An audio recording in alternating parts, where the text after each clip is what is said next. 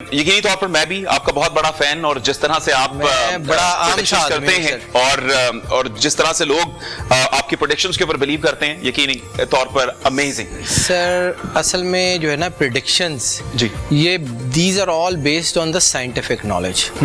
اور میں چونکہ اسکٹالوجی میری فیلڈ آف انٹرسٹ ہے، اور دوسرا میں نے جو ہے وہ الفا نومیرکس کو پڑھا، it's a branch of quantum physics.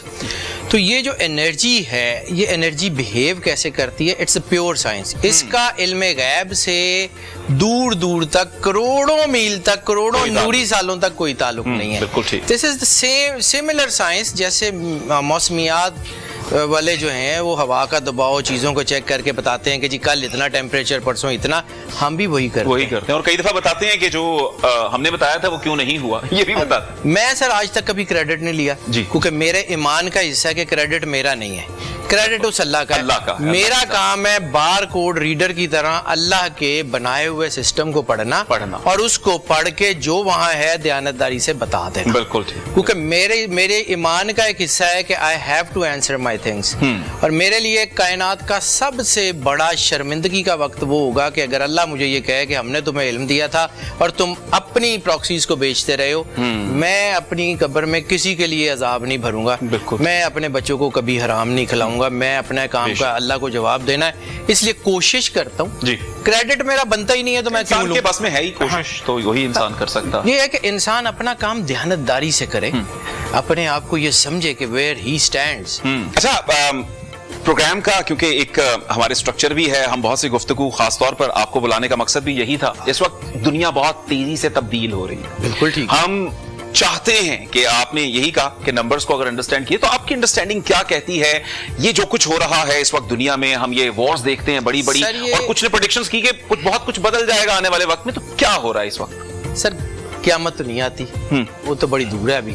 اس کا تو مجھے اللہ تعالیٰ کو وہ اللہ جانے، اس کا کام جانے. میں ایک اور چیز جانتا ہوں کہ سرکار ختمی مرتبت بادشاہ کونین صلی اللہ علیہ وسلم نے فرمایا کہ میرے قائم کے آنے کی حتمی تاریخ جو کوئی بھی دے گا وہ جھوٹا ہوگا.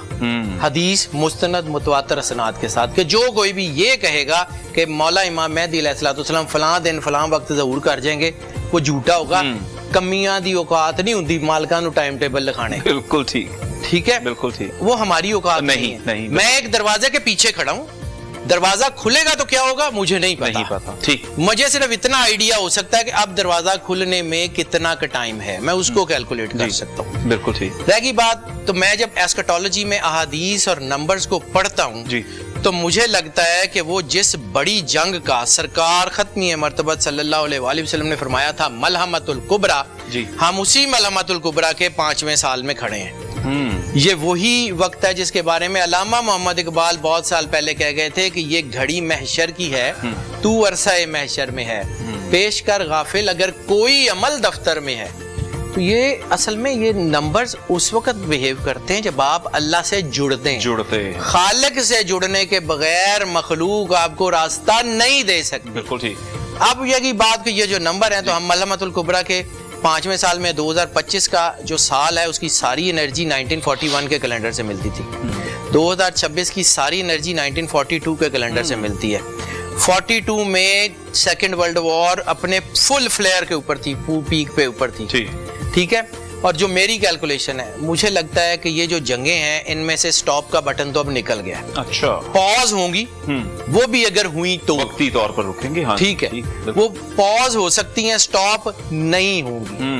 اور چونکہ حدیث کے لفظ ہیں اور مجھے یہ میرے ایمان کا حصہ ہے کہ جو سرور انبیاء سرکار ختمی مرتبہ صلی اللہ علیہ وآلہ وسلم نے فرما دیا ہے وہ ہو کے رہنا ہے. تو وہ جو 7 سال کی بڑی جنگ کا ہے نا، اس کی کیلکولیشن یہ بتاتی ہے کہ ہم 5ویں سال میں، تو 26 27 28 یعنی کہ ابھی 2 پیک ایئر جو ہیں ابھی ہیں. اور مجھے لگتا ہے کہ وہ جو حقیقت میں رسالت مآب سرور انبیاء صلی اللہ علیہ وآلہ وسلم کا فرمان ہے کہ مسلمان اکٹھے ہو کے بڑی طاقت بنیں گے، وہ وقت بھی 2027 28 میں آ جائے گا کہ مسلمانوں میں یہ ریلائزیشن آنی شروع ہو گئی ہے کہ ہمارے آپس میں تعلقات ٹھیک ہونے چاہیے. بالکل ٹھیک. یہ جیسے یورپ جو ہے نا، اس کو اوشانی شروع ہوئی تھی نا تو انہوں نے یورپین یونین بنائی تھی، اب مسلم یونین کا وقت. بالکل. اور یہ ہم ہوتا ہوا دیکھ رہے ہیں اس وقت جو حالات ہے اسی طرف اشارہ یہ ٹرن ہوں گے. دیکھیں حدیث جو ہے نا سرکار کی، جو آپ نے کہا رسالت مآب نے صلی اللہ علیہ وآلہ وسلم نے کہا ہے وہ ہونا ہے. آپ نے کہا مسلمان ایک جسم کی طرح اور جو ہے وہ ایک حصے کو تکلیف ہوتی ہے دوسرا محسوس کرتا ہے. سر ہمیں میانمار کی تکلیف نہیں ہوئی,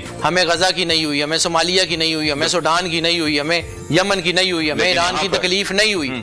لیکن اس کا مطلب یہ نہیں ہے کہ سرکار کے فرمان میں مسئلہ ہے. ہمیں ٹرینکولائزرز ڈالرز کے چیزوں کے اتنے زیادہ لگے ہوئے ہیں, ہمیں وہ درد کا احساس ختم ہو گیا ہے. بس ذرا یہ ٹرینکولائزرز ختم ہو لینے دیں, جب زیادہ کٹ پڑے گی نا تو وہ بھی ٹھیک ہو جائیں گے, تو وہ پھر مسلمان آٹومیٹکلی اکٹھے ہوں گے, اور پھر then it would be a wave of retaliation. دنیا دیکھے گی مسلمان کتنی بڑی طاقت.